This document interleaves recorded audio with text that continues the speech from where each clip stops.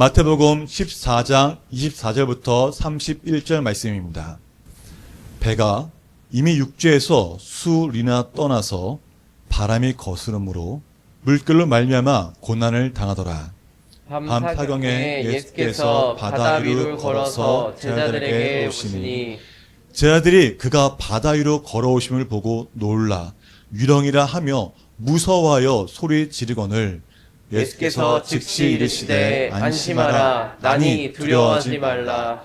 베드로가 대답하여 이르되 주여 만일 주님이시거든 나를 명하사 물 위로 오라 하소서 하니 오라 하시니 베드로가 배에서 내려 물 위로 걸어서 예수께로 가되 바람을 보고 무서워 빠져가는지라 소리질러 이르되 주여 나를 구하소서 하니 예수께서 즉시 손을 내밀어 그를 붙잡으시며 이르시되 믿음이 작은 자여 왜 의심하느냐 하시고 인하의 말씀입니다. 아멘. 할렐루야. 네.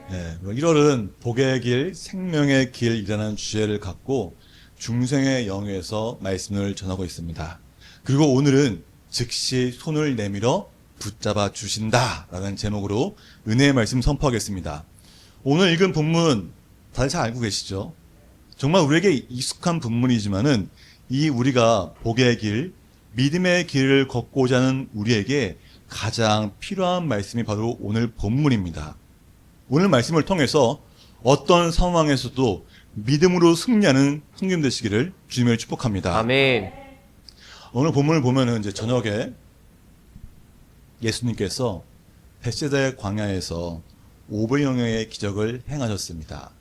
많은 사람들을 먹이시고 베푸신 후에 기도하기 위해서 혼자 이제 산으로 올라가셨어요. 그렇게 제자들은 예수님과 떨어지게 되었습니다.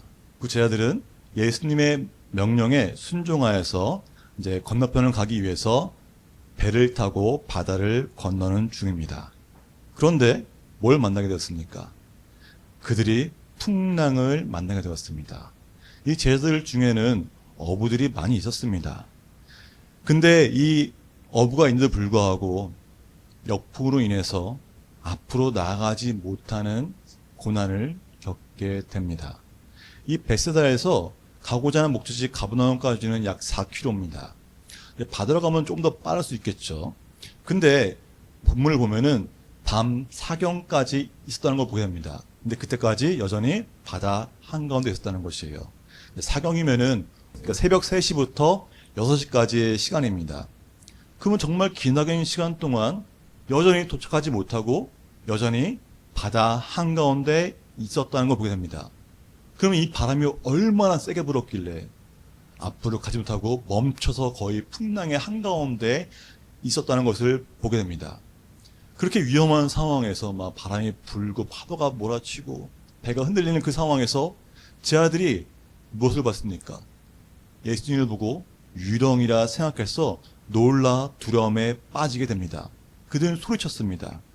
그들이 겁에 질리고 두려워하는 것은 단지 유령을 봤기 때문이 아닙니다. 자, 바다에서 유령을 보면은 배가 부서진다라는 그들만의 문화가 있었습니다. 그들의 미신이 있었습니다. 그들은 그걸 믿었기 때문에 유령을 보자마자 어때요? 배가 부서지겠구나라고 생각하며 두려워했던 것입니다. 우리도 이런 말 들은 적 있죠? 배에서 휘파람을 불면 강풍이 불어온다 이런 말이 있고요. 생선 먹을 때 배를 뒤집으면 어떻게 돼요? 배가 뒤집힌다라는 말을 들어본 적이 있습니다. 어떻게 생각하십니까? 별 생각 없으시죠? 솔직히 말하면은 그 말 듣고서 솔직히 별 생각이 없어요. 그냥 우스갯소리로 그런 거보다 합니다. 그런데 섬에 사는 사람들, 제후 사람들이나 정말 어업을 생업으로 하는 사람들에게 있어서는 그 문제는 생존에 걸린 중요한 문제입니다. 왜 그렇습니까? 그만큼 바다라는 곳이 위험하고 사람의 힘으로는 어쩔 수 없기 때문에 그걸 알기 때문에 그런 정말 그 작은 사소한 것이라도 뭐 누가 말하면 그것이 정말 내 삶에 있어야 되잖아요. 안 그러면 죽으니까. 그들의 그 말은 정말 생존과 연결된 문제였습니다. 이처럼 그들은 풍랑에 만나서 두려워하는 가운데 뭘 봤습니까? 유령을 봤습니다. 그럼 그들은 무슨 생각했어요?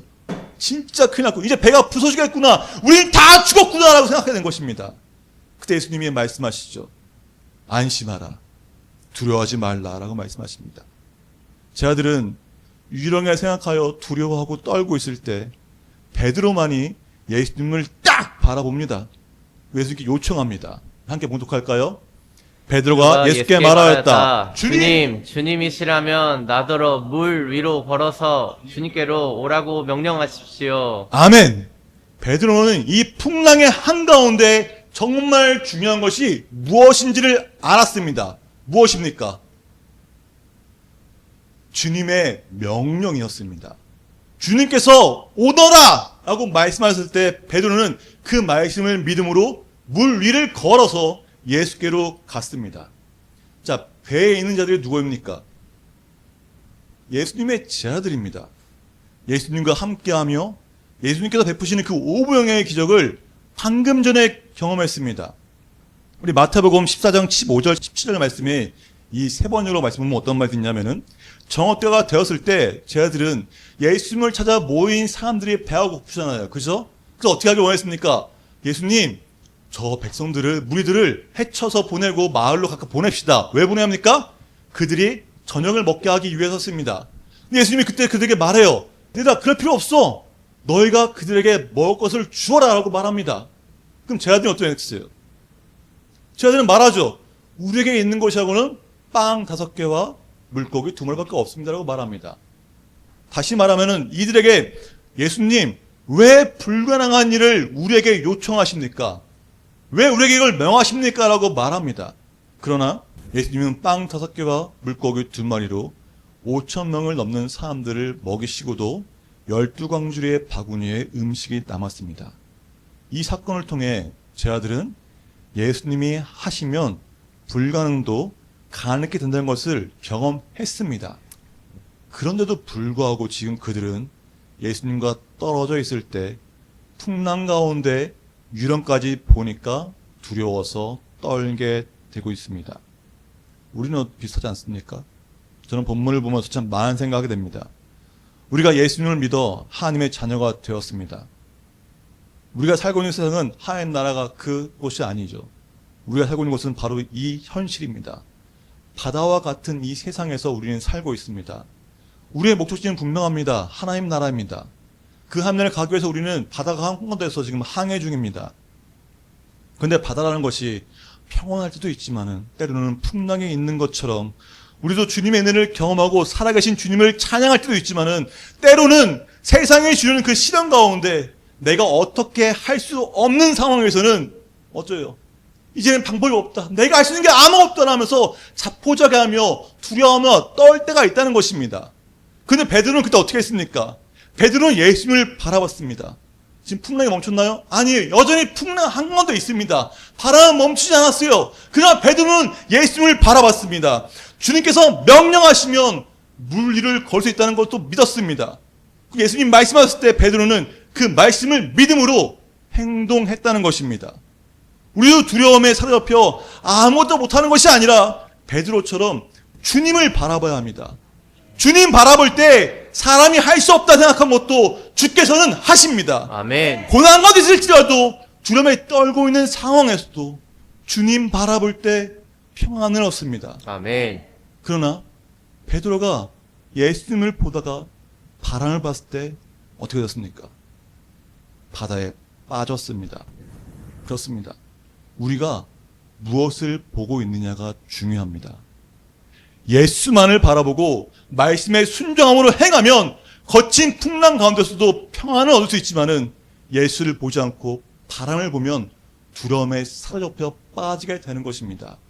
욥기 3장 25절의 말씀을 하기를 마침내 그렇게 두려운 일이 밀어 닥치고 갔습니다. 두려워할 때 두려움이 다가오는 것입니다. 두려움을 바라보니까 그대로 되는 것입니다. 우리는 하나님의 은혜로 복의 길, 생명의 길을 걷고 있지만 믿음이 흔들려 두려울 때가 있습니다. 분명 주님이 이끄시는 길이라고 확신하고 믿고 전진했지만 아무런 진척이 없는 때, 정말 아무것도 보이지 않을 때는 그 말씀을 의심하게 됩니다. 어쩌면 내가 가야 할 길을 잘못 알아서 다른 길로 가고 있을지도 모릅니다.